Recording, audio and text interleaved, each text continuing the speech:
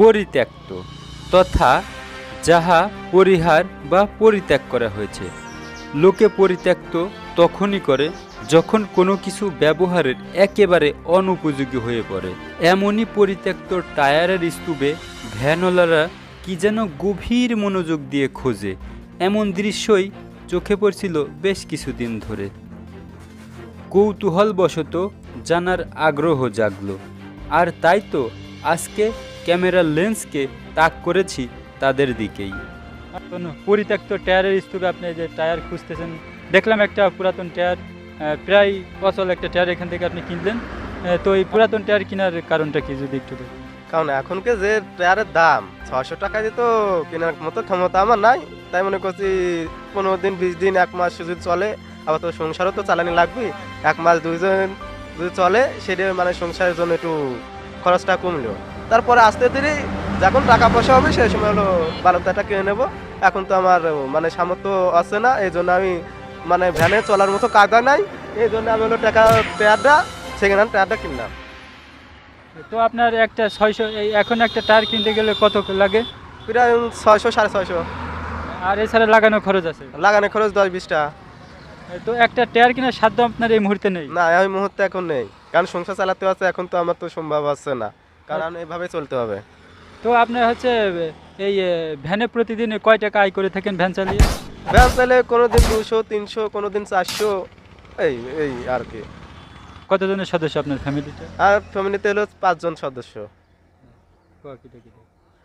আমি, আব্বা, মা আর আমার বউ, বাস্তি এই। তো এই 5 সদস্যের আপনার পরিবার এই ভ্যান চালিয়ে তাদের পরিচালনা করতে, সংসার চালাতে হয়। তো এই ভ্যানে যে 2 টাকা রোজগার হয় এতে সংসার চালাতে হিমশিম খান। এমনকি যে ভ্যানটা চালিয়ে আপনি উপার্জন করে থাকেন সেই ভ্যানের একটা টায়ার মাত্র 600 টাকা দাম, সেটিও কিনা সাধ্য আপনার নেই। না, আমার সেই সাধ্য এখন আপাতত নেই। তো সব কিছুর দাম ঊর্ধ্বগতি, এইটা ঠিক আছে, কিন্তু টায়ারের দাম যেমন 600 টাকা হয়েছে, বৃদ্ধি পেয়েছে, এটা ভালো। কিন্তু যদি সেই সাথে যদি সমস্যা হয় না, সেই সাথে যদি ভ্যানের ভাড়াটাও বেড়ে যায়, তো বাসের ভাড়া, ট্রেনের ভাড়া, মানে তেল চালিত ইঞ্জিনগুলো, এরপরে হচ্ছে গ্যাস চালিত ইঞ্জিনগুলো, যত ইঞ্জিন চালিত যানবাহন আছে সব কিছুর ভাড়া কিন্তু বেড়ে গেছে, এবং সকল নিত্যপণ্যের দাম সহ সকল পণ্যেরই দাম কিন্তু বেড়ে গেছে।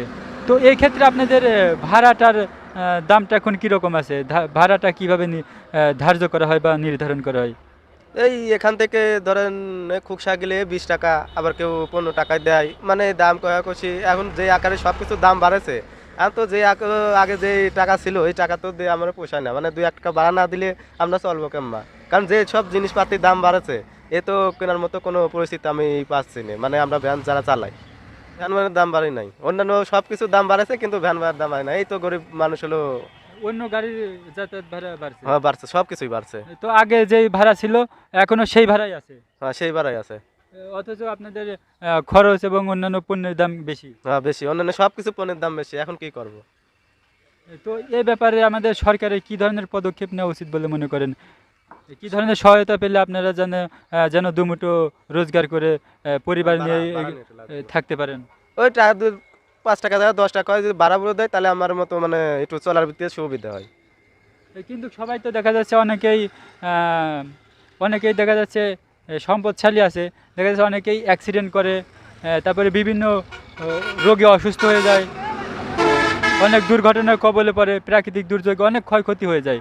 অনেক দেখা যাচ্ছে ডাক্তারের সেখানে মানুষ ভিটে বাড়ি বিক্রি করে কিন্তু ডাক্তারে দিয়ে আসতেছে, সেখানে কিন্তু কোনো দর কষাকষি চলছে না, কোনো দামাদামি নেই। অথচ এই ভ্যানওয়ালাদের 5 টাকা দিতে মনে হয় যে এখান থেকে কলিজাটা খুলে দিচ্ছি, এমনটা কেন মনে হয়? এদেরকে 5 টাকা বেশি দিলে কি হতে পারে এমন? যেখানে সব কিছুর দাম বৃদ্ধি, সেখানে কোনো কিছু দামে আমরা কোনো কিছুর বেলায় কিন্তু আমরা দরদাম করতে পারি না, দর কষাকষি করতে পারি না। অথচ এই ভ্যান রিক্সাওয়ালাদের আমরা 5 টাকা ধরে দিতে পারি না। আমাদের মনুষ্যত্বকে জাগ্রত করতে হবে। এখানে অনেক গরিব মানুষই আসে যারা নতুন টায়ার কিনতে পারে না, ঠিক আছে?